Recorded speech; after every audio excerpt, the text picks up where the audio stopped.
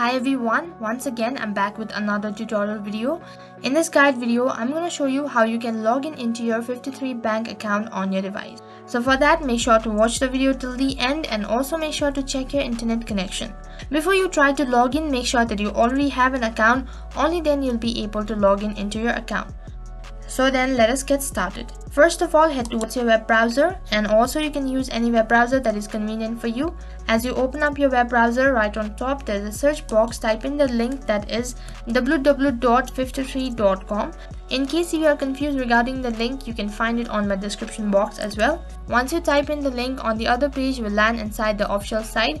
So over here, this kind of interface might appear on your computer screen. So you can see in the top right corner there is an option called login. Tap on it. As you tap on it, there's a drop down menu. So from there, you'll have to provide your user ID and then your password in order to log in. So then make sure to enter a correct user ID that is associated with this following bank account. In case if you keep on forgetting your username, or in case if you get confused regarding your username, what you can do is you can tap on save so that it will be saved over here. So next time when you try to log in, you don't have to enter your username. All you have to do is you'll have to provide your password and then you can log in into your account. After you're done entering your user ID, next, tap on password and make sure to enter the correct password that is linked with this following account.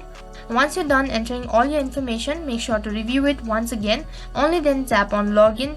Once you tap on login, on the other page will successfully land inside your account. So that is how you can log in into your 53 bank account on your device. That is all for this video. In case if the video was helpful, then make sure to like, share, subscribe and also hit the bell icon so that you never miss an update. Thank you for watching.